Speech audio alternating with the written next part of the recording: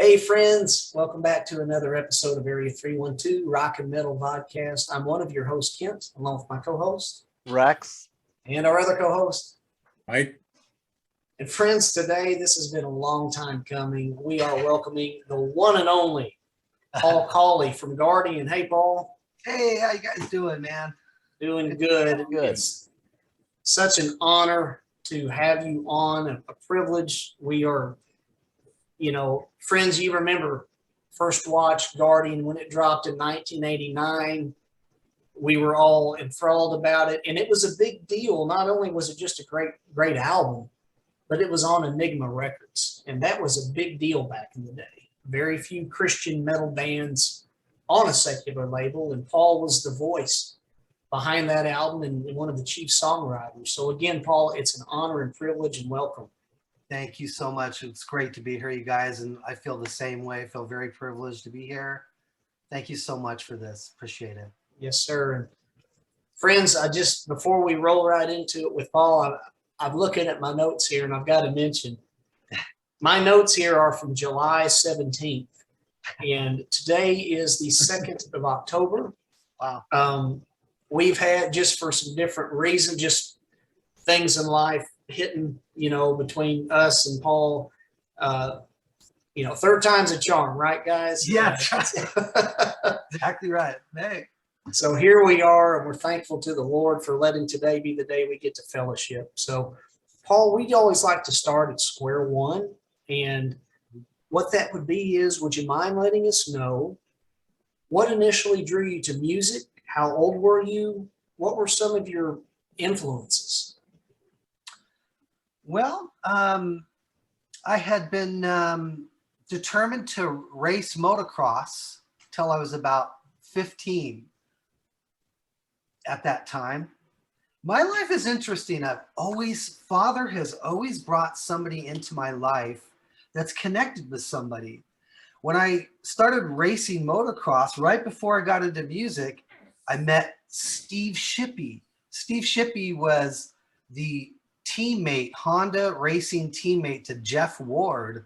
Jeff Ward is an AMA national champion for Kawasaki and Honda at that time. And that's what I thought I was going to do with my life. And then some friends took me to a Kiss concert.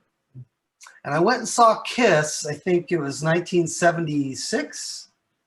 They played at Anaheim Stadium. And that really began a journey for me. My sister was already a musician playing in a band. And I started to ask her about it. And she taught me some chords. And she was the first person to teach me just G, D, A, all the main campfire chords, campfire song chords. Yeah. And it just started from there. For the first 2 years of my music career, I wanted to do a Kiss show. We could spend this entire interview just on that story. Sure. It's kind of a humbling story. It was before I was a Christian. I did some pretty bad things. I stole 2 flights of stairs from a construction site. We were going to build the multi-million-dollar Kiss stage out of plywood. We had the costumes made. I was Ace Frehley. I was called Ace in high school. It was a smoking guitar. It pulled me into this world where I had this vision of creating this rock band that eventually we did. Mike Abbott, I love you, Mike, wherever you are when you watch this interview. He was a friend in high school, along with my friend Steve Martinez on drums. We put together a band called Debut. Another friend of mine, Larry Dickinson, played the bass guitar for that band. It started out, we were going to do a Kiss show. And after a couple of years, it fizzled out and everyone's like, why don't you guys just do your own songs? And we thought, oh, that's a good idea. So we started writing songs. We put together a band. We even made a demo tape. We started playing all the local parties in the area. This was before I was a Christian. I was on a search already at that time, though. And some of my friends, including Steve Martinez, the drummer, at that time had a friend, Scott Baldridge, who was going to Calvary Chapel, Costa Mesa, Chuck Smith Sr.'s church. And they used to have these Saturday night concerts with Randy Ziegler. He would give a message after the concert. And we went up to one of the concerts one night. I was invited to go, and I saw the Rez Band. And that is really when my whole life started to change. Obviously, it impacted me heavily. I went to I'm not sure which concert it was that I went to. It may have been that concert. That after that show, I came home that night, parked out in front of my house, and listened to Randy's message. And I was just staring up into the sky, the night sky. It's how I wrote the song Miracle. Miracle is actually about that night of me looking up into the stars. I remember it happened, you know the song, one starry night. I was looking up into the sky, and I closed my eyes with him, and I prayed sincerely. And I got to tell you, I literally felt a weight, a physical weight lift off of me. I felt lighter when I got out of my car. I was walking on my feet. Something happened to me. I have never been the same since then. I cannot and I will not stop talking about our Savior. I can't. I just can't. There's something inside of me driving me ever since that night.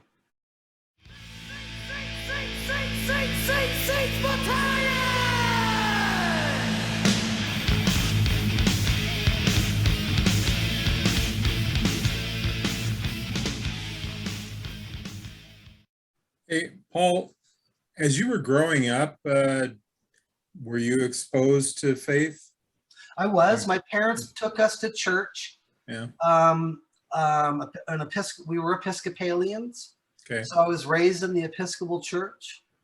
And after I became a real believer by calling on the Lord, and that what I just explained to you, Right. I actually ended up going back there. And that this is the story. As I went back, you know, they read the liturgy, and they follow the church calendar for the year. And I noticed it was very, you know, it was for the most part based directly on scripture, and it followed the life of Jesus. I don't actually call him that anymore. I use the name Yeshua or Yahusha, any of the names. They all mean, you know, Yahuwah's salvation. We'll get into that. I've done a lot of deep study. So I'll fast forward. You know, I began to ask questions. How come you guys don't really believe anything that we're reading? You don't actually believe in the resurrection, physical bodily resurrection of our Savior. You don't really believe he was born through this miraculous, this way. You think that Joseph and Mary actually had, you know, relations, and that's how he was born. You know, I would just go through all these, and even before I even knew how to defend those teachings of scripture, I could see that there was a discrepancy between what they were reading and what they actually really believed about the New Testament. And that led to me going to back to Calvary. I decided to leave the Episcopal Church. I went to Calvary, started listening to Dr. Walter Martin, the Bible Answer Man. And who else? Simon Greenley, School of Law. Who is that? I forget his name. Another scholar whose name is escaping me now. I was going to have my notes out so I could remember this stuff, because I have a pretty strong background in a deep dive into study that's really never ended since then. I mean, I've been deeply studying the Old and New Testament for almost 40 years now. And the last 10 years have completely rocked my own world and taken me in directions that are very controversial to many Christians. I've actually left the institutional church and no longer go to it. I say that loving you, man, and with all the respect in the world for what you're doing, right? You know, teaching your flocks there that you feel responsible for. I respect all that very much. It's just the institution itself, the 501c3 tax status, and all that's involved in that. I've done some deep studies. We can save that all for another conversation because I don't want to get too far off from, Guardian and all that. As a pastor, Paul, Yes, sir. I am 100% with you on the 501c3 stuff. Oh, thank you. I appreciate that. I appreciate that. Yeah, those are deep subjects we can explore in another very interesting conversation that we could have about this. I think the Father wants us to have this with all of us. I think it's time. I think the Spirit's moving in that way. Hey, all I'm calling for is a deeper fellowship. One that's really, I'm part of a movement of believers that wants to return to the first century practice and style of worship. And that's a big subject, and there's a lot of stuff to talk about there. We'll save it for another time. But at that time, I was already on that journey. I could see that there was discrepancies going on. And I've always questioned certain things that we do when we go to church, knowing that we're the church. Our bodies themselves are the temple or the building where Father and Son come to live in and sup with and have fellowship with. And we could take two or more are gathered and go anywhere and worship our Father and Son. So at that time, that kind of led all into me leaving the band that I was in at that time. We had been approached by the manager of the NAC, Mai Sharona, who really liked Debut and said, "You guys are really good." I don't think the guys knew this at the time. I gave him a 4-page letter on Egyptian space rock and how we were going to we were already dressed similar to Guardian at that time. I have pictures. I think I've even posted a few on my Facebook page that shows us wearing different colors, moon boots. That image had already been in my mind to be a space rock man, like 4 Ace Frehley's kind of, except I was into the Egyptology thing. I had learned that Akhenaten was the only Egyptian pharaoh who believed in one God. So that's where I was at the time. And so I had this whole idea of an Egyptian space rock thing. I gave it to the manager to tell him this is what our image is. They wanted us to wear blue jeans and Hawaiian shirts. And I gave him this 4-page thing, and I never heard from him again. Of course. He's like, woo, woo, woo, something along those lines. But I had this in mind. That became later when I left Debut, and it was tough to leave because I love Mike Abbott. I still love that bro to this day. And if he's watching this, he's an amazing human being. And I know he really believes. He just has a different take on and view of things. And that's okay. I think the Father's working in his life, and he's a wonderful human being. And I just want to give a shout out to him because he was a huge influence on me too, as a guitarist and singer at that time. He was going to be the Paul Stanley. And he was like my big brother kind of thing. He's only a year older than me, but I just love him so much. He's such a good guy. And it was tough to leave that. And we did. We broke it off. And I formed Fusion at that time. Somewhere in there early on, I came across a picture of the Hearts of Fire from, help me out here, who is that? Sweet Comfort Band. Sweet Comfort Band. That picture of the 4 guys, the art of them in futuristic gear, coming up a hill with swords in their hands to slay a dragon. And when I saw that, I just go, that's what we're going to do. Somebody said, that's in the Bible. And I said, what? Because I didn't know the scriptures yet. Yeah, Ephesians chapter 6. I went there and read the full armor of God. I said, I wanted to do Kiss. This is what we're going to do. We're going to dress in this on stage, and we're going to be like a Christian Kiss. So we can attract people, but we're going to be very bold. We're going to preach the gospel boldly.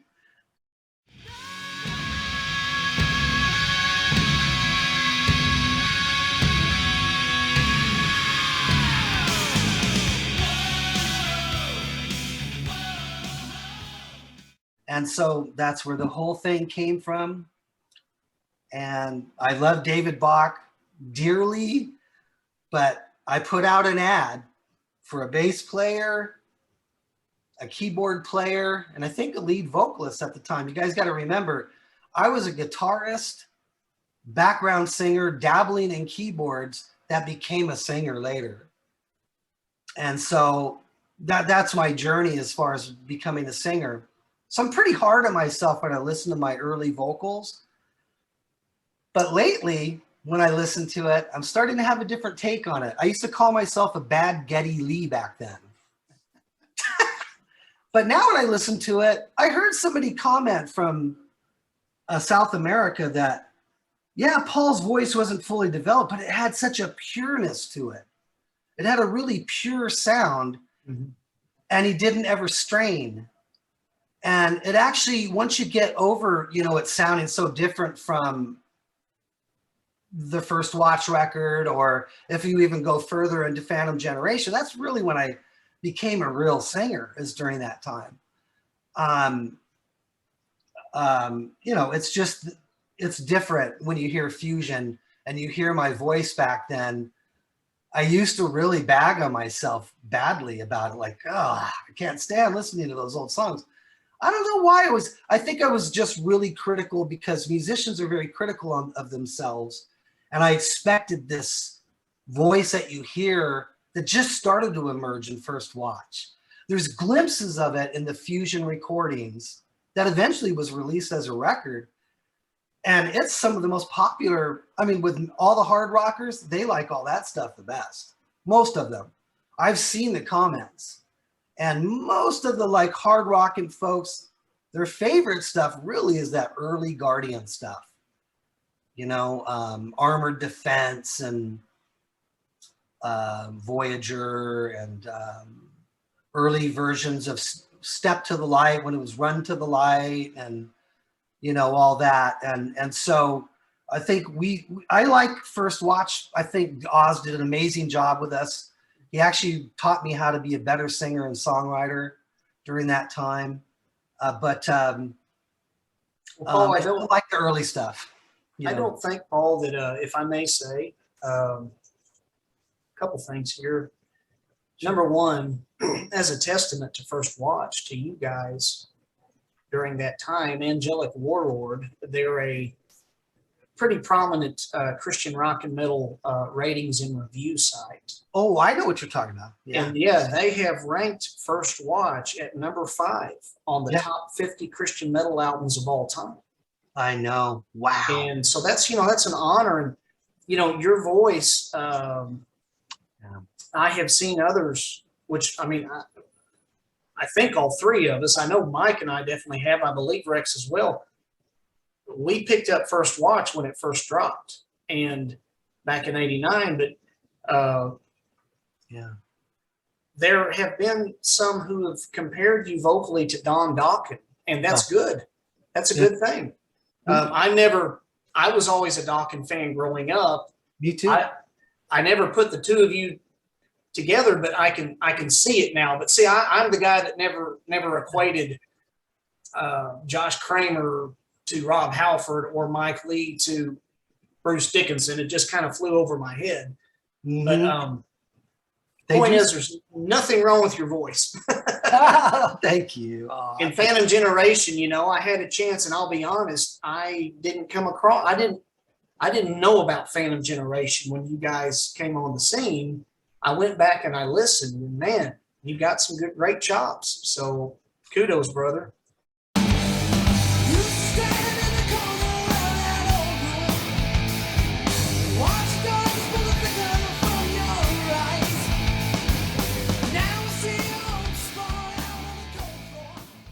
Thank you. I appreciate that. I worked really hard on that band vocally. You know, I used the guitar to write by then. I did write many of the songs on the Phantom stuff, but Mike Jones did too. He 50% of the music was written by Mike. He's also just such, I can't even say enough about Mike Jones. I love him so dearly. He's such a good person, and we're in a weird place right now because of this pandemic. And it's the strangest thing to me because I love him so much and he is such a good person. His wife and kids, I love them all. If it wasn't for him, there would be no Guardian Reunion record. He played all the guitar work, all the lead guitar work. I played all the rhythm on the G1 project, but he played all the lead guitar. He played the bass and he mixed that. He was the engineer for it. And we did that for free on the weekends and evenings. I spent maybe gas money doing that. I think Rick spent like $100 or something on his drums.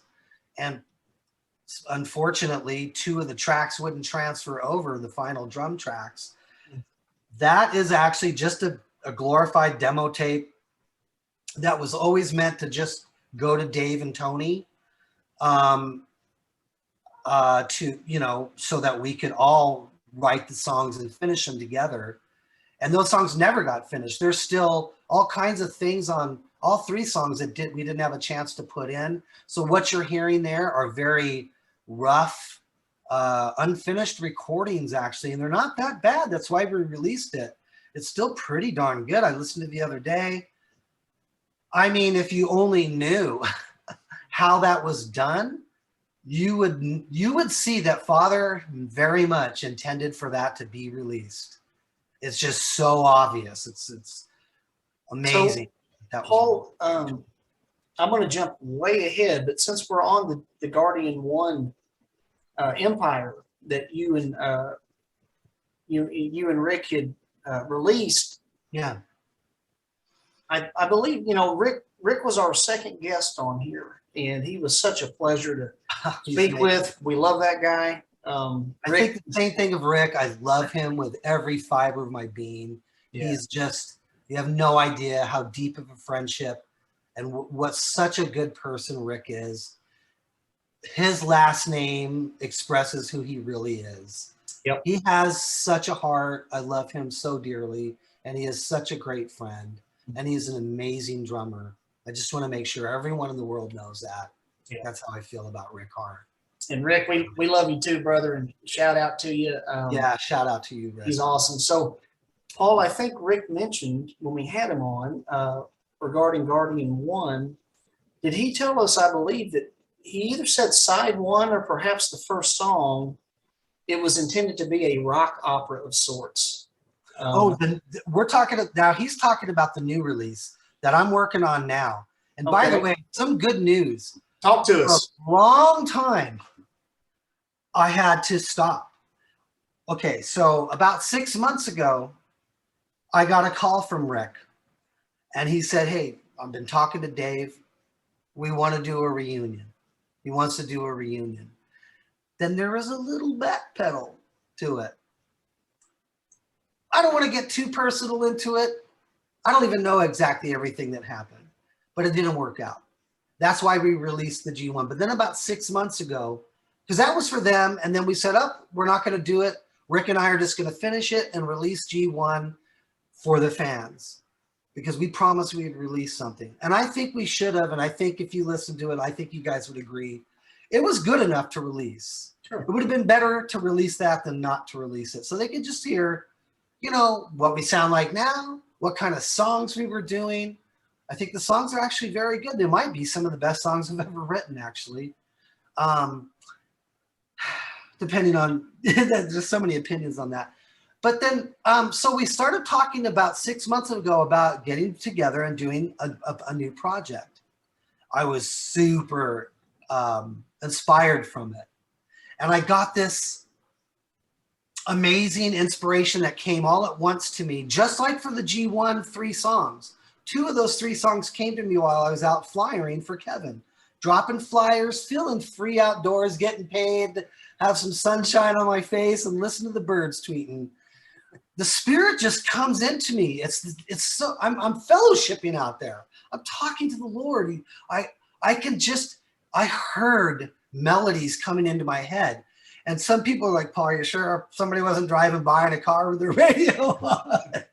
I'm like, no, I'm positive. No one was around. It was completely silent.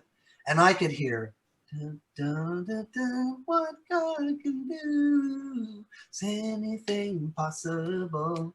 What God can do, what God can do. I heard this melody in my head. And that also happened with Rock Stars. So the only song on that G1 that was actually manufactured that I had to just come up with was Stand Up, which also actually turned out to be a really rocking song. Interesting that it was kind of manufactured. It wasn't really inspired by the Father, except for I felt like I wanted to write a song about standing up for what you believe in, and not just for anything, but for him. Stand up for him. And that's what that song's supposed to be about. But also about standing up for anything. So yes. I just want to say, and I told Rick this too when we had him on, that song, What God Can Do, I mean, that really grabbed me. I mean, immediately. That is just a really, really good song.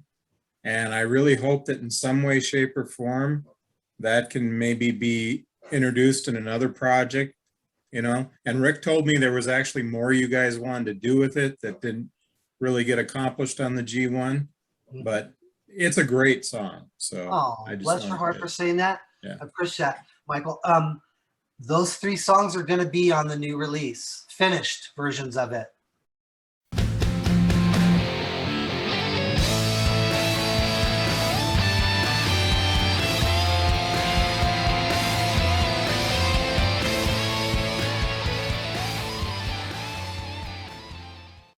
With Guardian1, I just want to make sure I'm understanding clearly. And I've caught wind of a few things. We're friends with Ron Campbell, one of your good friends. Love Ron. Ron's a great Another guy. person I want to plug right now. I mean, he's maybe even more than all these other people I've mentioned, an incredible brother in the Lord. I just love him so much. I miss him. I actually need to call Ron. I haven't talked to him in a while. And I'm wondering how he's doing because I know he took over pastoring for his dad's church. Mm-hmm. I love him so much. He's such an amazing human being. I can't say enough about Ron Campbell. Oh yeah, he's great. I And just love him, man. Are you and Rick and maybe David and Tony, are y'all going to do something together with Guardian1? And is Ron going to kind of assist you guys with that in any way? That's what was being discussed at that time 6 months ago. David backed off a little bit from it. I'm going to leave him alone on that. I'm going to let the Father work on that. Let's just all pray about that. He's a little nervous about that. The other guys in the band don't like it. Okay, I'm just being honest. They don't like it. They've worked hard too. You know, it's not even their fault what happened. They just came into the band after we left. We left because we all had too much pride and we were too arrogant back then to realize what we really had. That's why Guardian broke up originally. That's how Satan got in there and dispersed us. We were too prideful to really deal with it properly. I think we all tried to. I think we all tried to apply biblical principles to all the things that had happened, all the dumb things I did, all the dumb things they did, responding to that. It was just a mess. And I'll take almost all the responsibility for it, but not quite. But enough of it. I will take it. Well, And if I would have known that whatever the Father puts together, let no man separate, we would have tried to work it out more. But we thought we could just recreate it again. I just said, I'll just get some more guys and I'll do it again. It doesn't work that way. And I was wrong. So. well, you know, Paul, I mean, we're young. You guys were young then. Yeah. We're young, we make mistakes. I'm 50 years old. I still make plenty of mistakes, and I will until perfection comes to receive me, and then he will make me perfect when I'm no longer in this mortal shell that I'm in. But so if I may, I'd like to, well, I hope something comes about to begin with. I would love, let me just throw something out there. Are you familiar with Petra? I am. So I love Petra, and Me too. I think Mike's the only one of the three of us that doesn't care for him. But no, I'm teasing. He loves them too. We all love I'm Petra. not a So, huge fan, but I like them, and I have a great deal of respect for them. yes. So Petra, because I love the classic Guardian, which is you guys. I also love and appreciate as Guardian moved on. I don't have a beef with anybody or anything. I just, I just appreciate it all. But Yeah. you guys are the classic Guardian, and Petra, they had the Greg X Foltz years, and then they had the John Schlitt years. And Right. as Petra was still an entity, they had classic Petra with Greg X Volts and some of the original members, and they released a wonderful album. It's called, help me out, Mike and Rex, Back to the Rock. Back to the Rock. Yeah, Back to the Rock. Oh, I vaguely, yeah, okay. And so there's both. There is Petra and then classic Petra. And so what I'm just wondering, Paul, I mean, and Rick and David, with all respect to you and Tony, I mean, if anybody watches this, Yeah. I mean, I would absolutely, I don't know what it could hurt because, and forgive me, anybody out there if I'm mistaken, it doesn't seem like modern Guardian is just a perpetual ongoing entity. So it's like, why couldn't Not anymore. Yeah. Not anymore they aren't, that's for sure. Okay. Why couldn't there be room for both? What if classic Guardian1, why couldn't you guys reconvene? I mean, if it takes a Kickstarter or something, why couldn't you guys reconvene and just make an album together? And, we got First Watch. Why not call it End of Watch or something? It's like, what could it hurt? I mean, It couldn't hurt a thing. I'm so glad you said that. You're saying this publicly. Make sure you keep this on the one. no, I will. Yeah, because it should be here. We need to ask the world, including David and Tony, and Carl and Jamie. Jamie. Thank you. Sorry, Jamie. That's cool. I think they were toying with the idea that they would be fine with it if they could be included if we were going to do a show and have everybody perform. I said, I'll be fine with that, but I do want to do one show without them, just us regular four for a show. And then if we want to do another show where we all come together, I don't know Jamie at all. I know Carl very well. I love the bro, him and his wife. I've known them for a long time, and they are wonderful people. And they're really deep believers, like all of us are. And so I have nothing but love in my heart for them. And so we should be able to work this out. Yeah. And I think we will. I can tell you, I've had a very powerful dream several years ago before any of this discussion. Somebody was handing me an acoustic guitar and saying, Paul, you got to get out, go out. It's time to go out and do the next song. And I was walking out to, I don't know if it was indoors or outdoors. Sometimes I feel like it was like a high school stadium or something that I walked out to. It was so real. You know how sometimes you have dreams that the impression's so strong, you feel like it was real, like you actually just experienced a real event. I felt when I woke up that, are you trying to, this felt like I was in the future for a moment. Yeah. And some roadie was putting a guitar on me and telling me to get out on the stage. And it was a Guardian thing. And so part of me wants to tell you that I believe it will happen. And that I believe that we're supposed to do this. And that when we do this, it's going to be really powerful. And it's going to be in our world, a major event. I'm sure it's not going to make the evening news, and I really don't care. But I mean, in our world that you and I live in that Christian music world, it's going to be a big event. And it should be. Well, you know, and as far as, ranked album in the world of Christian music, it better be.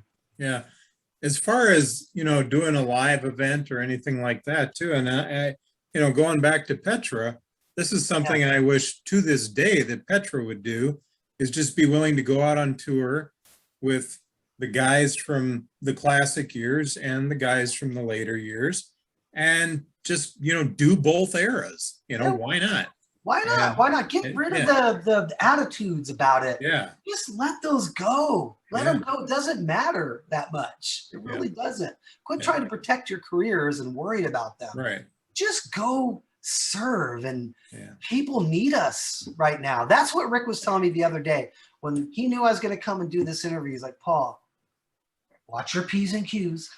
I'm like, because he knows, you know, I'm a little different than Rick. I can fly off and get, you know, a little bit overboard and go on a tangent. So I'm really trying not to do that right now, and I think I'm doing pretty good. Oh, well, and you know, let me just say, just for the record, I want to be very clear.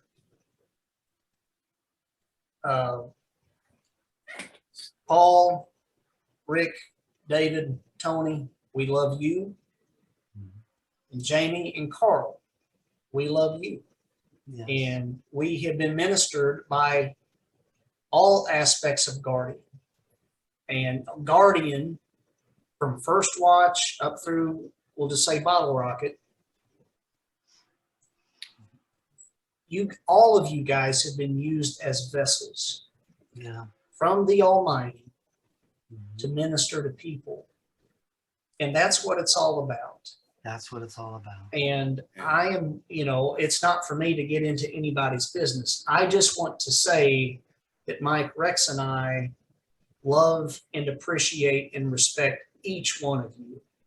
And we have been ministered to by all of it. And, you know, I do see people online on Facebook, the Facebook communities, the Christian metal and rock communities, you know, and some say, you know, classic Guardian is what really ministered to them, or like what really, musically speaking, what really got them. And then others say latter period, and some say it's all, you know. Yeah. But what counts is that people, you know, Guardian's a vessel, and just like I'm supposed to be a vessel, and I fail sometimes, quite often, you know, to be frank. But hopefully, if it's the Lord's will, I mean, each one of you guys are loved and appreciated, and hopefully Guardian, if it's the Lord's will, you know, may each one of you be used to minister together collectively again, and to people, you know, and that's enough said about that. I just want everybody to know in the Guardian camp, each one of you are loved and appreciated.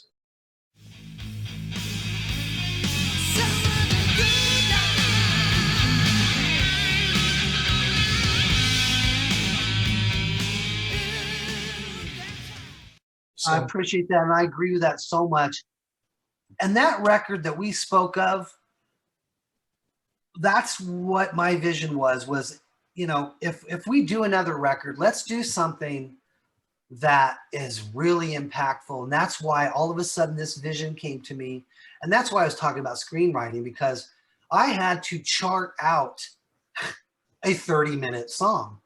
That's how long In the Beginnings will be to give justice to the biblical story. It'll be at least a 30-minute song, maybe 40 minutes, of which I've already written about 20 minutes of. The good news is, shortly after I had that burst of inspiration,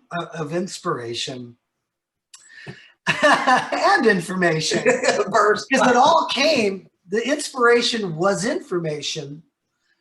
And I wrote out this like screenplay style song. So, because it's such a big concept, I needed to chart it by parts of the story. So I knew what I'm writing. I already wrote 15 minutes of the song came to me all at once. That's a lot of music. It's maybe 20 now, because right when the pandemic started getting really heavy and hard in early 2020, I could not concentrate on it anymore. I just couldn't. I'm this type of person that I saw something bigger that was a monster coming. And I thought, how am I going to respond to this? And you can see on my Facebook what I've been doing since then. I've been battling it. I've got my heroes and we battle, and I believe I'm telling the truth that a lot of people won't tell about that event. It's been in the way of my creative process until a week ago. And it's like, thank the Father, because you guys had scheduled this and my mind is on this now. All of a sudden, I felt the Holy Spirit just really come back into me. And this power and this inspiration just came to me out of nowhere. And I could hear the song again in my head. And I got inspiration. I grabbed the guitar. It's sitting over there right now. And I could hear where I needed to go with the song, when before I was completely mentally blocked. And I couldn't move past it. And I told Rick and those guys, you guys might not hear from me for a while. It might be a few months before you hear from me. That's just the way I am when it comes to this kind of stuff. I need to escape. You know how our Savior, he would sometimes escape and he would go off on his own. That's what I do. I'm trying to copy him. I go off on my own and I fellowship with the Father. That's where you know you're really a believer, is when you go into your own closet and you pray on your own. Don't be like, the heathen and go out in the public where everyone can see you. Go into your closet where no one can see you and pray. And I just felt so much power come back, and like a rejoicing. Our Paul is back. He's fellowshipping on this level about this event. He hasn't approached me about this. It's just been out of my mind. I couldn't concentrate on it. Mm-hmm. Now I'm full bore. To everyone in the world out there, to all the Guardian fans, Paul Cawley is back on track. He's writing again. He's writing this song.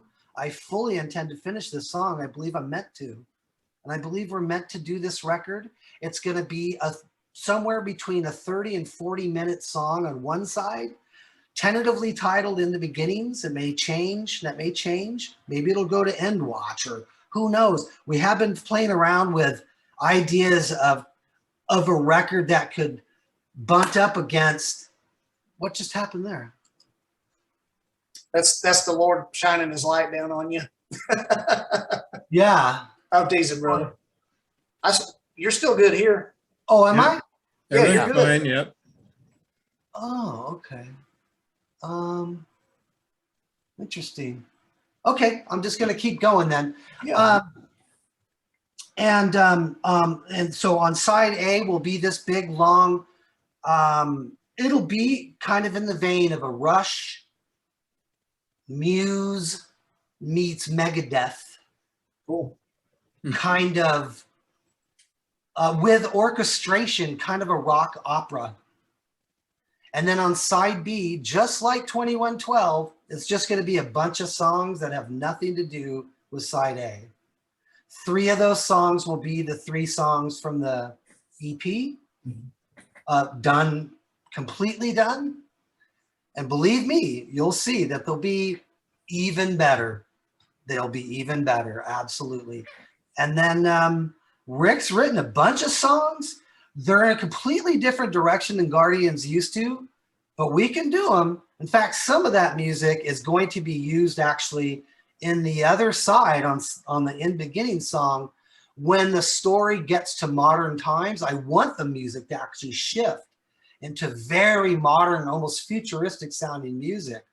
And that's where the Father told me to place a lot of Rick's music, because it's so different. It was like, well, if we released a whole record like this, I don't think people would be as excited, because there is a first watch follow-up that needs to be done, and people are going to want to hear that. They're not going to want to hear something that sounds too different. So it's a balancing act. They're going to get both, actually. They're going to get a bunch of original sounding Guardian that's all tricked out and sounds more modern. And they're going to get a taste of some fresh new sounds, and they're going to get a lot of really classic stuff. The album has to cover a lot of ground. It's a really quite an undertaking, but I know we're up for it. I know we can do it. Most of the songs are already written. So that's why the only real song to write is the side A song. I just had a breakthrough. I've moved on to some new parts. I'm actually to the War in Heaven right now. I've written all the way up right to the War in Heaven. And that's where it's going to get, obviously, for the first time, you're going to hear dark sounds. Mm-hmm. Because up until then, it's the creation event. It's the rejoicing of the angelic community watching Father create the universe and the earth itself. Because we know from Job that the angels rejoiced and watched him make the earth. So it's a deep story.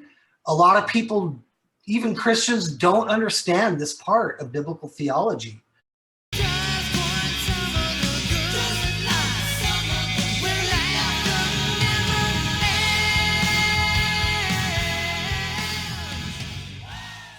Rex, what did you have, buddy? Well, I was just going to say, just in general, yeah, a Guardian reunion, and especially with the original members, if you're wondering, Paul, from a fan perspective, that would be like super huge news that would reverberate everywhere. And with the new album, I mean, and if it's going to have some of the current guys too, or all of them, that would be, that would just be huge. You guys, they have fans in South America, worldwide. This would be like, this would be spectacular. You guys would have all kinds of excitement and everything. I think it would be bigger than we realize. I actually think I do if too. Tony got involved, the only way I think that's going to happen is if it really, first of all, if he hears what we're doing and he hears some of the material and he's like, wow, I think that'll strongly play into his decision. And just in general, this kind of discussion is going to reverberate in our communities after you post this. Oh, yes. It's going to reverberate. People are going to be talking about this, and it's going to put pressure on them. It's okay. They need that pressure. I think it's okay. It's late enough in their careers where we all need this pressure on us to push us, because that's what it's taken for me to really get back. Rick the other day saying, Paul, how much more people do you think you could reach and bless through your music instead of trying to just tell them truth about the pandemic or medical issues or vaccines? All that's great and wonderful, and I respect it, and I know you're doing some really good work there, and you are helping some people. And I've been told I have. A lot of people on my Facebook page have thanked me. Even people that don't like what I post say I read everything, and it's amazing what you're sharing with the world. But nothing like when I go into, say, for instance, First Watch. When I go and I read all the comments, there's about 90 comments underneath I'll Never Leave You on one of the YouTube posts of I'll Never Leave You. One of the main ones where everybody listens to I'll Never Leave You online. It went from about 65,000 in 2020, early 2020, to when the pandemic started, we're at 165,000, I believe. That's a lot. That's a lot of views in our world. That's where it's at right now. And I read all the comments under that. And there's comments in there that we have changed the lives of people dramatically all over the world. When I read that, I don't care if it was just one person, but I know 4 police officers, and they know who they are, because I've talked to them on my Facebook page many times, and they said, Paul, you changed. I was 15 years old and struggling with life, and Guardian had such an impact on me. That's why I'm a police officer today. And Father, again, has a very funny way of working, because I've always had issues with police officers. I don't like authority. I don't. And I don't like the abuse of authority. But I also respect what police officers do. And especially what you do, Kent. I consider you completely different in that regard. But they are first responders too, but they have to deal with enforcing law that you don't have to deal with. And so there's 100% respect for what you do. And with the police officers, it's like I struggle, what they're doing in Australia, what I see going on there right now, and seeing people confronting officers saying, why are you doing this? Why are you doing this? You should be with us right now. So I know it's just huge can of worms. And there's no truly one position to hold on this subject. It's too complex. So you have to have grace and mercy and forgiveness in this discussion. You must. So I know that. But am I digressing too much? I forgot what. No, I mean, I think honestly, Yeshua, he said, if we would love the Lord our God with all of our heart, soul, and strength, and love our neighbor as ourselves, those two things, All the law. everything would be kosher.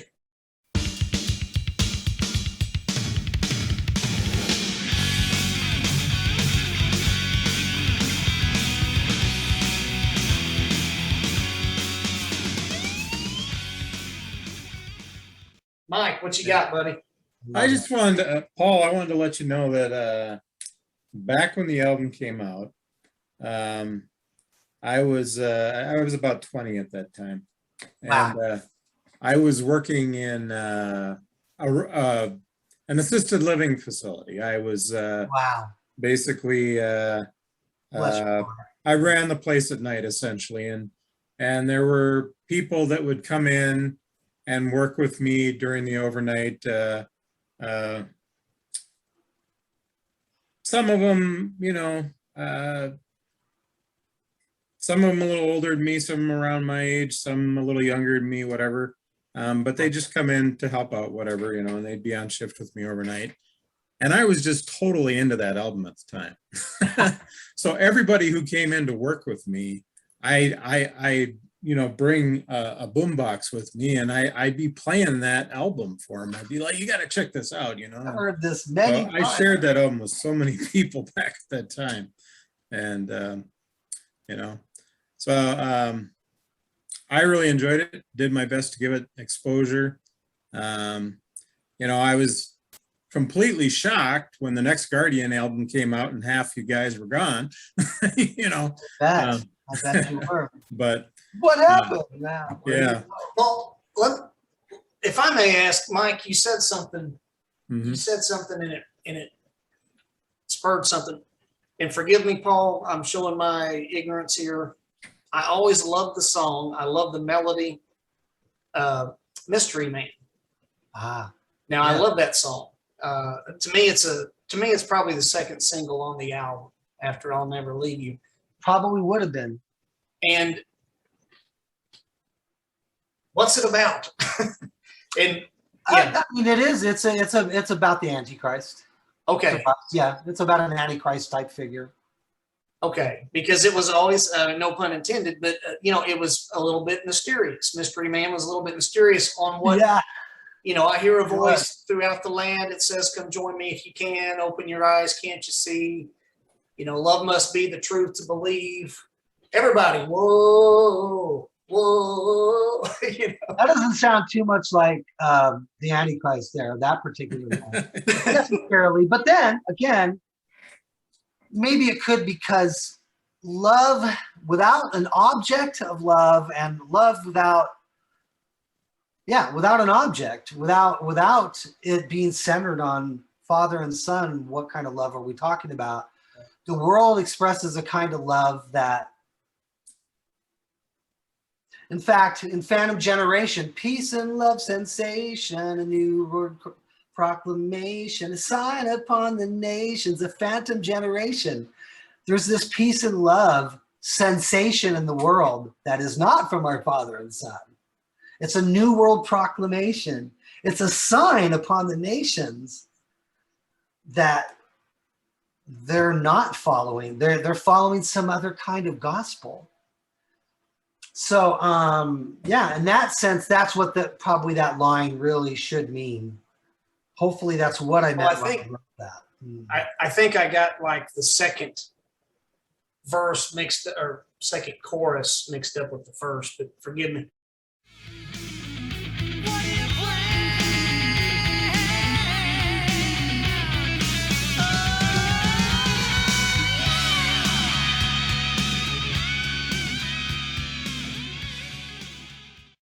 Let's talk about Phantom Generation, though, Paul. Sure.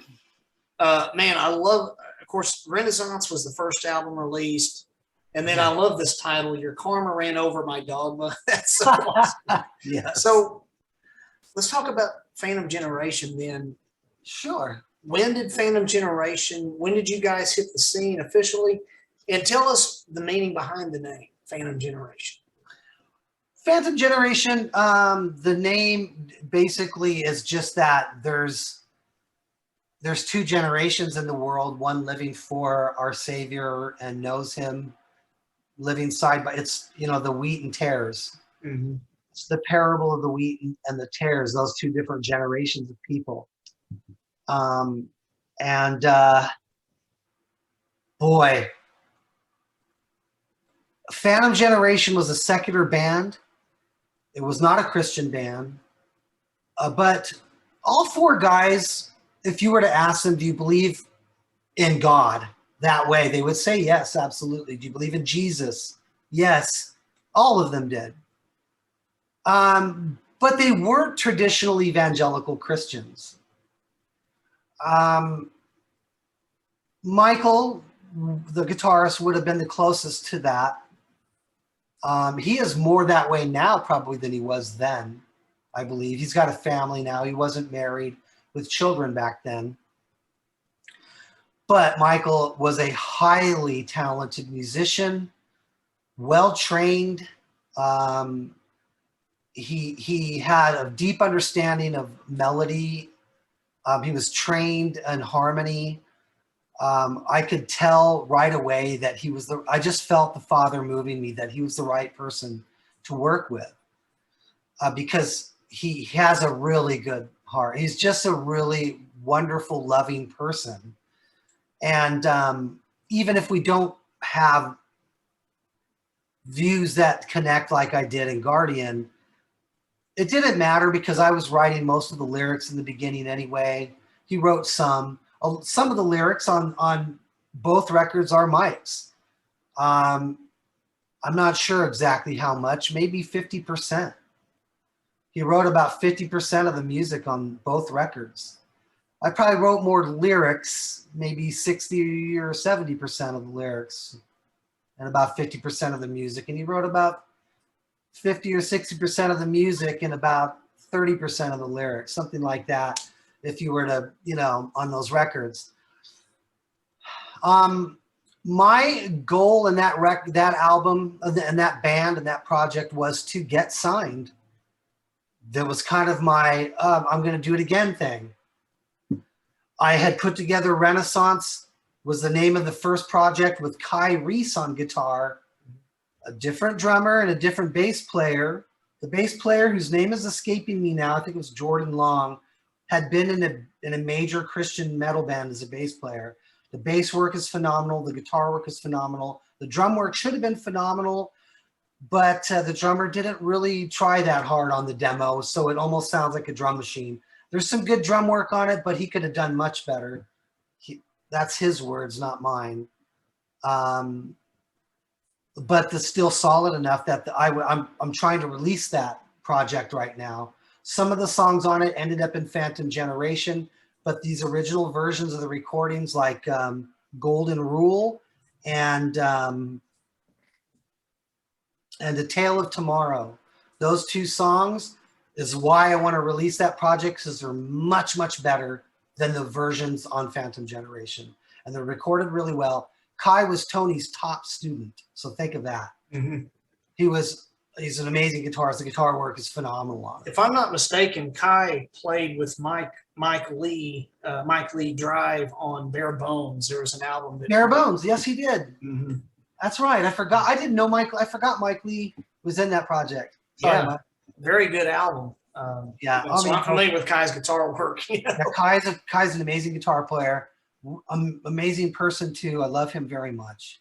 It didn't work out, met Mike, formed Phantom Generation with the idea of, I'm going to do it again. And we shopped to every label in Hollywood. They all passed on us because we didn't sound like Hootie and the Blowfish. And that was what was going on at that time. They only wanted to sign Hootie and the Blowfish.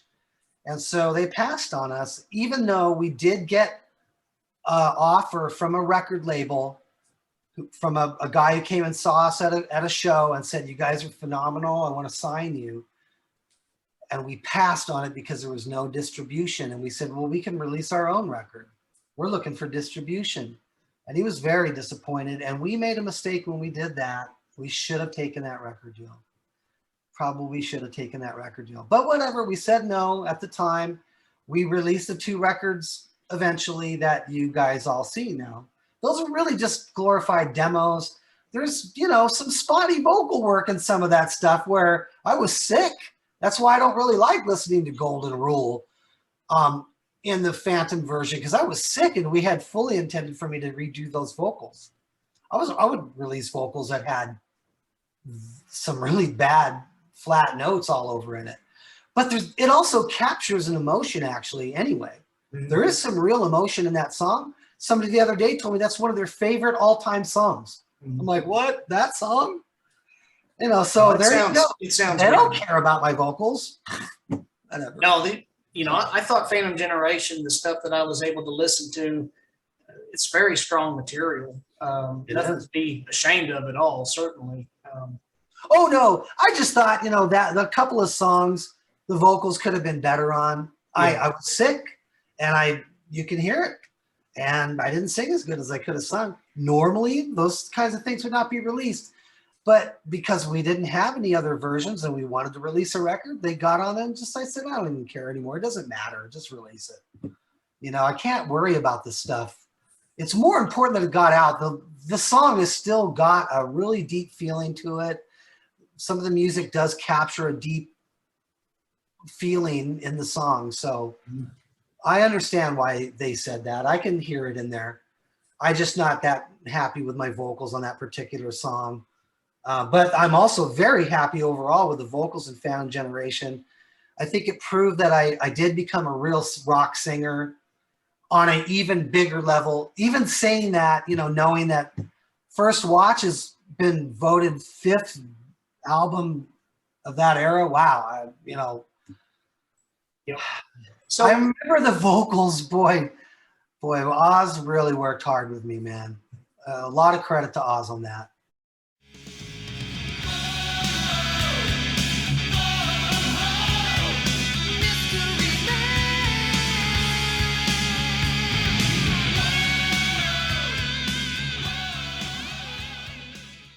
Well, let's talk about that, Paul. Oz, with you guys in the studio, about how long did it take for First Watch, the duration of recording the album, from the time you guys entered the studio until the last song was recorded and completed? How long was that duration?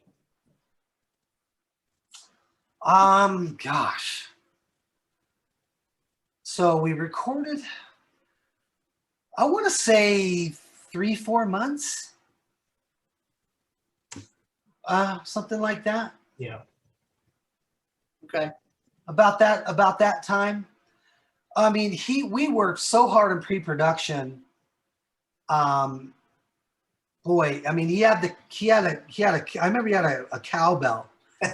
So we could hear, he'd be dun dun to get, or maybe I'm confusing that with we had a click track going through the PA, playing along to it at full volume, and he got us so whipped into shape to prepare for that record. So not including that time, because that would have been a couple of months more of really tough rehearsals preparing for it.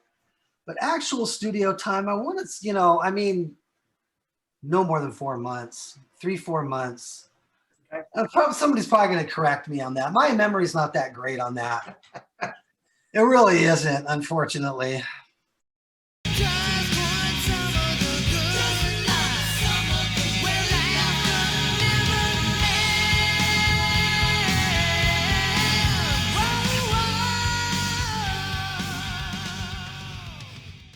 And you guys, I know that in 1990, you guys were on a Japan tour. It was sans Rick at that point. But how long did you guys?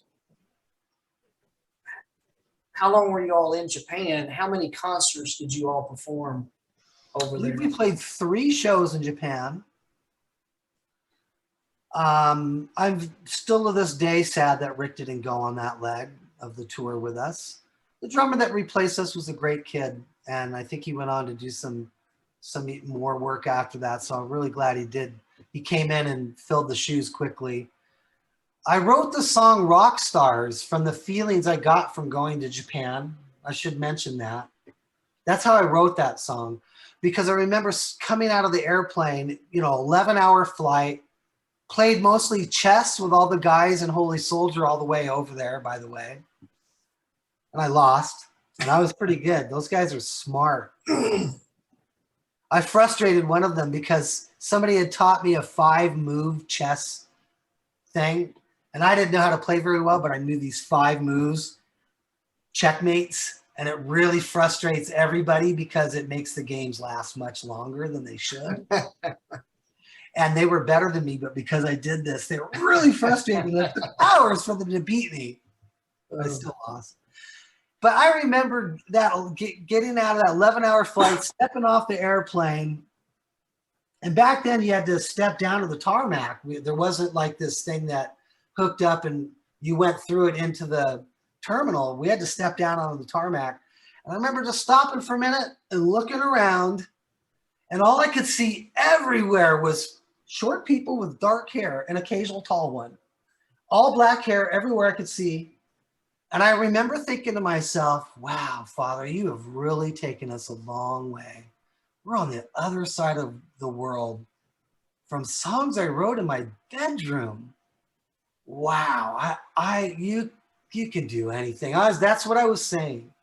And I remember saying, I sure hope we don't get lost here. Because we're a long way from home. And yeah. So, did you have a question? Yeah. It wasn't too long after that, and I'm not trying to dig up any dirt, but just out of curiosity, because here was Guardian, and you guys had this album that people were loving, and you guys found yourselves in Japan, and I realized that I realized you guys weren't first class all the way with everything. You guys were paying dues, and it was a hard road to go. But here you were in Japan, and then after that tour, Paul, how long after that tour did you depart from Guardian? Is what I'm curious about. Shortly after my birthday, sometime in March, I believe, of 1990, we had one show obligation to do that wasn't until then. And so I stayed. That was our last show officially of the tour. So somewhere around that time is when I left. I decided to leave. And we should have at that time spent way more time thinking about it, spent way more time praying and talking about it and working through different scenarios of how we could move forward.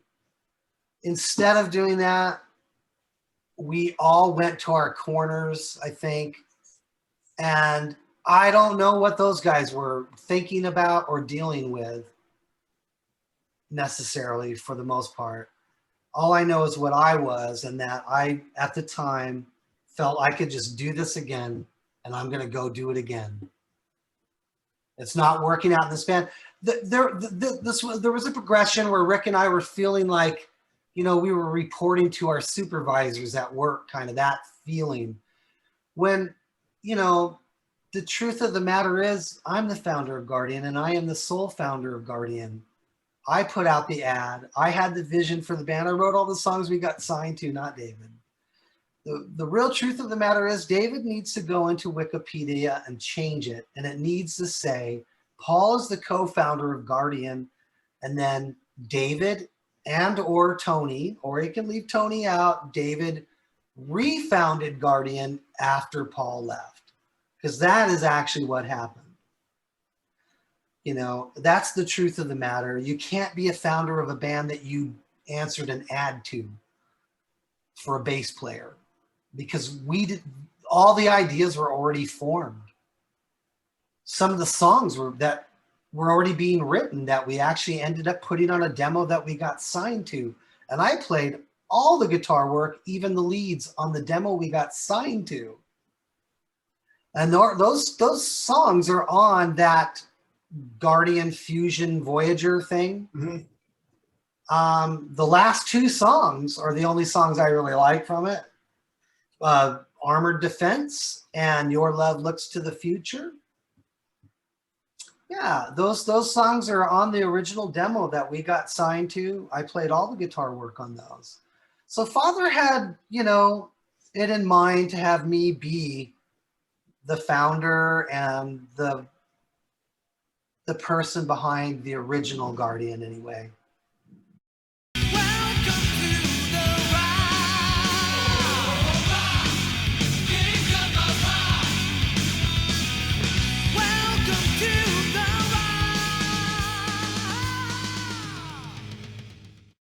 You know, another thing with Guardian, I mean, you know, I really hope that you, and if it's the Lord's will, I really hope that you know, if you guys can do this rock opera album, we'll call it, you know what I'm talking about, the project that we were talking about earlier.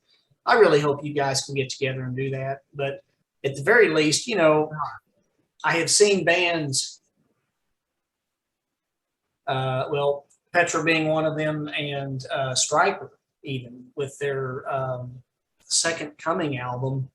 Mm-hmm. And I applaud both of those releases because they stayed true to the blueprint of the songs, but they re-recorded them with modern production, giving them a nice heft and grit that maybe sonically all those years ago wasn't attainable. Right. At the very least, you know, it'd be awesome if the four of you guys from Classic Guardian got together and just re-recorded First Watch, you know, and just did those songs with the modern production. You know, to do that would be a major undertaking. My guess is, I don't know. I'm not sure how they would feel about that.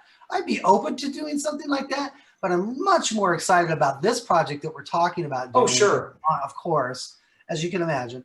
And I'm going to be honest with you, unless it's completely shut down by the Father, and I'm open to that if it is. And I think we're meant to do it, and I'm going to do it. I'm pursuing it right now. Cool. I'm not going to give up, and I'm not going to stop. Sure. I have the inspiration. It's returned to me. That's probably the best news to share with everybody actually about this whole thing, is that I actually do have this inspiration's come back to me just in the past week or so. It's very real, because for me, it translates immediately into I'm able to forward the song. I came up with new material this week, and I can already hear the rest. And so I am pursuing this. It's not going to happen if I don't. I can tell you that right now. So I am going to be pursuing this. I fully intend to finish this song. Rick and I fully intend to do it with or without them. Okay? So hopefully it'll be with them. If it's not, it'll be without them. And I will predict this. We will get some I already know of a few people we're going to be approaching and talking to that you guys know that are in major bands or were in major bands that we're going to invite to do the record with us and appear as guests. Cool. So that's the direction we're going to go if I can't get David and Tony on board. So what I'm thinking here is, okay, if David and Tony were willing to come on board, there'd be no reason to not just call it Guardian. But no, we're probably still going to call it Guardian1. Oh, you would? Okay. Yeah, either way? Probably. Yeah, okay. Yeah, for their sakes, because we're not Guardian anymore. Yeah, all right. I accept that. Yeah. What if you put, you know, Paul, just, of course, my mind is always doing crazy things, but sure. I'm with you on that. I absolutely love, and if I am not mistaken, and please correct me where I'm wrong, I absolutely love the kind of the spray painted, we'll just call it looking logo from the first album. Wasn't that Rick Hart that kind of initiated that? Rick Hart, it's turned out, was way more influential on a way bigger and deeper level than I think anybody else would have ever acknowledged in Guardian, David, me, or Tony. Rick Hart, everything happened after he came into the band, actually. After Rick came into the band, we met Eric Blair. Okay, he was friends with Eric Blair. Eric was touring with Stryper at that time, having just come off of leaving Satanism and coming out of a satanic cult of some kind. Stryper had such a huge influence on him that it changed his life forever. And he loves them and was touring with them at the time. And then his friend Rick Hart gets into this band, Guardian, and he heard our demos and he knew we needed a little work, but he knew that we were pretty good too, and we had the potential to be really good. And then when we finally did record the demo that we sent to him, he kept pushing it on Wes Hine, who kept coming out to the shows to see Stryper as his new precious band. And thankfully he did go to those shows, or else he would have never gotten the tape probably. It was because he was in a tour bus with him and he just literally handed it right to him. You gotta listen to these guys, and Eric is like that. I don't know if you guys know Eric Blair or who he is. I know who he is, certainly. Blaring Out Show. He's interviewed every major Hollywood star, every major rock star, every minor rock star. He's been on the red carpet for at least 5 years. He's got the Blaring Out Show on YouTube with over a million views easily. That's who Eric Blair is. And he's interviewed A-list celebrities, like dozens and dozens and dozens. That's probably not that impressive to Christian people, but Father was using him. He was asking questions of these people at times, mostly with the musicians, that's actually gotten him off the platform now. They're blocking his stuff because Eric would ask, for instance, when he interviewed Ronnie James Dio, he was the last person to interview him, or one of the very last persons to interview Ronnie James Dio, and he asked him straight up about his beliefs in God. And he was asked not to do that by many people, and he still did anyway. So that's why I love Eric. It's a tough business to be in because you're around a lot of secular people all the time that don't have faith. And so it's tough. And he's warned many times, and that was a dangerous situation for him. And he still talks about that, how, Paul, if you only knew how much Satanism is in the Hollywood and music industries very deeply, much more than you realize. And all of these artists that are huge have all made some kind of a commitment on some level to those movements, whether you believe it or not. I was just, wow. So anyway, that's who's handed our tape to Wes Hine. That's how we got signed. So I want to make sure and plug Eric Blair. Love him like a brother. He is an amazing human being too. And these are all my friends that it's really interesting. The Father really has always had these people around me. Brent Jeffers, who was in an early version of Guardian. He was going to be the keyboard player. And we decided after we heard the Stryper demo that Rick Hart brought to the band. That's another thing Rick did. He brought in the Stryper tape. He's the one that introduced us to Stryper. And when we heard Stryper, we changed our sound. We said, we got to go more hard rock. And that's why Brent Jeffers and Pat Dewey ended up not being in the band, because we decided to go hard rock as a 4-piece. And it was tough at the time. But what happened to Brent? He ended up being their side stage keyboardist in Stryper. And he's never looked back. Yeah. He's been all over the world living out of a suitcase ever since then. He's been with Journey for 5 years now and is, Jonathan Kane's keyboard tech. That's who Brent Jeffers is. The drummer in Phantom Generation, Gene Provencio, after Phantom Generation broke up, Gene was the drummer or the drum manager for West Coast Drums. He knew all of the artists. He was the A&R rep for West Coast Drums. He ended up getting a gig and toured with Sting. He went out on the tour with Sting all over the world, the drummer from Phantom Generation. And I don't know who he's with now, but he's like Brent. He's touring all over the world with other bands. So I've always had this connection with all these different people. Michael Sweet produced. Oz produced First Watch. After I left Guardian, I contacted Michael. A lot of people don't know this. I paid Michael Sweet to come and help us produce the Renaissance record for Phantom Generation. Michael is kind of helped engineer and mix that record.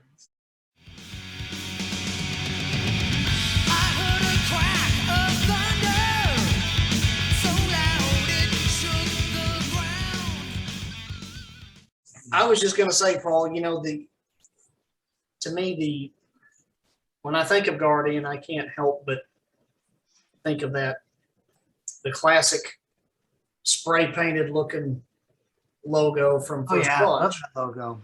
And Yeah, in fact, that. that logo is actually what drew Mike in to purchase your album. He just saw that on the shelf. You remember that story, Mike? Yeah, well, yeah, I saw the record in a record store and had never heard of Guardian, but I just saw it in a record store, and I saw a little sticker on it that said it was produced by Oz Fox, and of course I knew who he was, and then I saw the little cross. I saw the little cross in the Guardian logo. And so then I started looking at it more and saw the song titles and stuff, and it was right in there with all the other secular stuff, and I thought this looks interesting, so I'm going to give it a shot.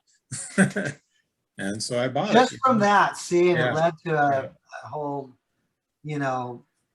inspiration that you got from listening to that, just because of some spray paint Yeah. on a logo. So what I was going to say, Paul, was, and we're kind of looking at winding it down now on the time, but that logo was so iconic to me anyway. That was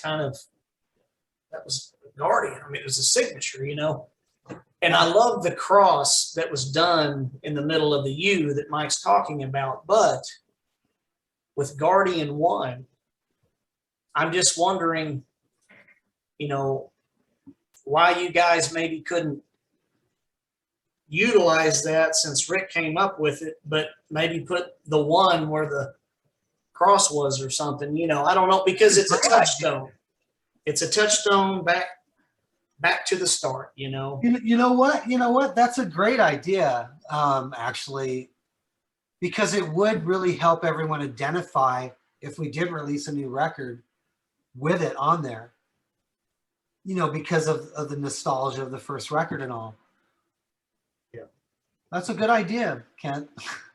I like it. If you see that being used, we will credit you on that.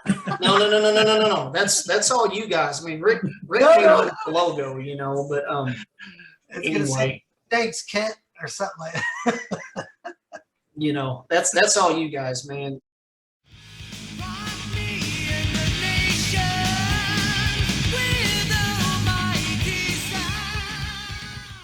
So, Paul, we're looking at the time, and we're gonna start kind of winding it down. And Michael does have our scripture closeout, but Paul, just well, to begin with, man, it's so good to see you and to hear from you, and glad you are doing well. And thank you for gracing us with your time.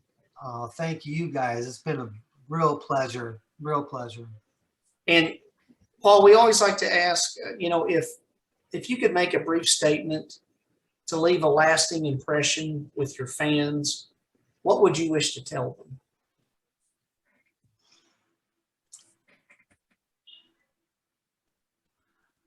Well, we did it all for them. I would thank them that they inspired us. Their faces, their smiles,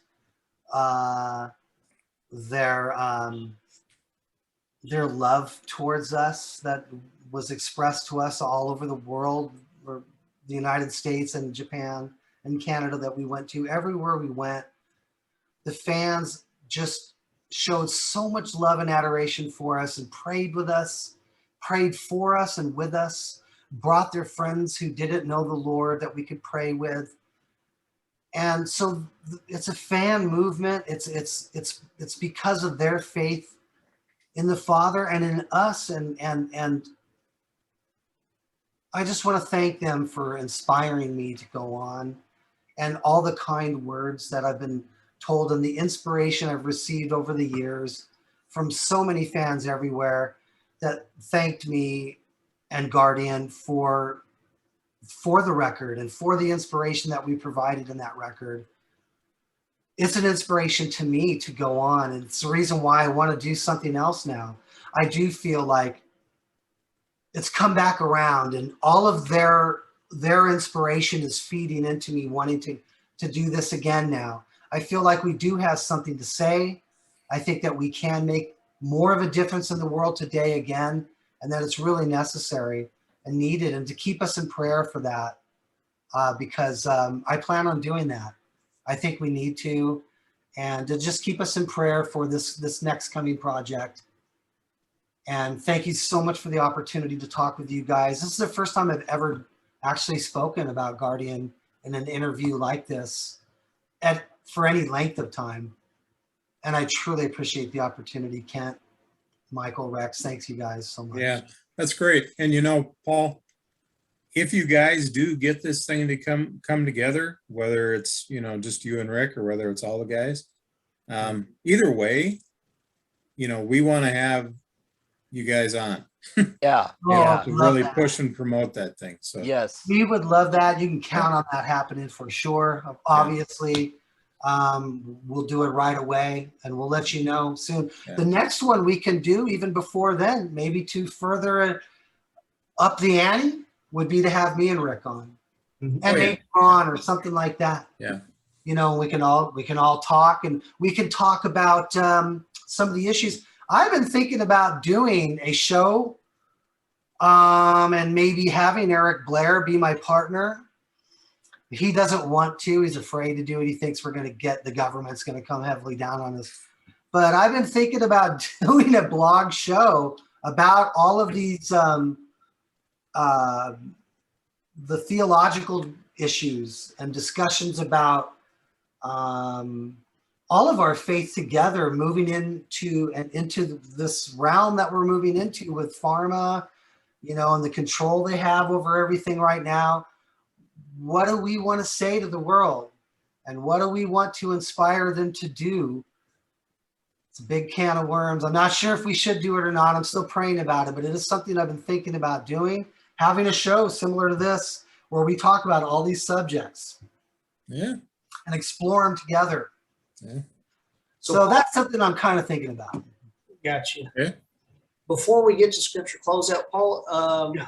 what is if fans would like to connect? What are some good places that they can connect with you? Would it be on Facebook, your personal page? Right now, it would be for sure. That's the only page I've been, I think, permanently banned from Twitter. I'm not sure yet. I'm trying to get back on there now. And from LinkedIn, although I had a great profile on LinkedIn that I'm working on trying to restore right now. Facebook would be the best place. It still probably would be, even if those other platforms are up and running. Facebook is a really good place for the kind of discussions we would want to have. Okay. And So- so I would say there, and they can email me at pgcproductionsnow@gmail.com, and I can communicate by email as well. pgcproductionsnow@gmail.com. Now, Yeah. Paul, would you have any qualms with me? May I post your Facebook page link and your PGC Productions Now Gmail? May I post that in the description when this episode airs? Yeah, you'd also want to post my landing page because it has my, my contact information in it, including my cell number, which, put pgcproductionsnow.com, which is my landing page. And, you know, if people need, that's also kind of my work. Ron Campbell designed that page. pgcproductionsnow.com. Yeah, it's Okay. on my Facebook page too. It's a link right there underneath my pictures, Okay. and stuff. Gotcha. Yeah, Ron did that, and it's worthy. It's really helped me a lot actually with other employers. I just got a new job working for postyourcars.com. I'm their national salesman. I call all over the country, car dealerships. It's private sellers posting their high-end sports cars and luxury cars, and it's only for dealers to bid on in a closed auction platform. So that's my new job that I'm pitching all over the country right now. That's how I pay the bills. And it's a real blessing because I work at home. It's a full-time work at home position. And that's also, you can see that in my Facebook page if that's my latest employer. So that's who I am. I'm a family man now. I'm married. I have 3 sons. 2 of them are stepsons, and then Julie and I have a son together, Brandon. He's a really good guitarist that's coming into his own right now, and I'm going to be helping him try to find some folks to start jamming with. So anybody out there who lives in Southern California, let me know if you want to form a Christian rock. I'm not sure what he's going to do. I'm not sure what kind of music it'll be. Kids these days. It'll be some kind of rock thing, but I don't know if it'll be traditional hard rock like I did in Guardian. I don't think so. Yeah. He's really into like blues and stuff, and cool. Into all the old blues players and stuff. I just posted a Eric Clapton song on my Facebook page. He just released something with Van Morrison that I thought was important for me to stand with. So you can see that on my Facebook page. And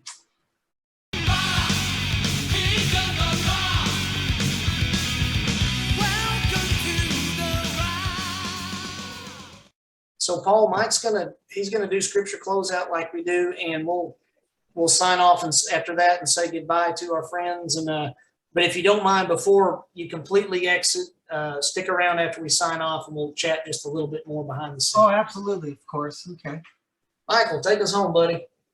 Thanks. All right. So, in the spirit of Guardian, I'm reading from 2 Timothy 1:14. And it says, guard the good deposit that was entrusted to you. Guard it with the help of the Holy Spirit who lives in us. Wow. I mean, that is the perfect scripture. Thank you, Michael. Amen. Amen. Awesome. So, Paul, it's been a privilege, man, to get to converse with you. Thanks for gracing us with your time. Likewise. What a privilege, gentlemen. I hope we can do it again. That's right. And friends, thank you for watching, friends. Appreciate everybody's support. So, bye. There you go, right there. G1 Empire. Thanks so much, guys. See you, everybody. Bye, everybody.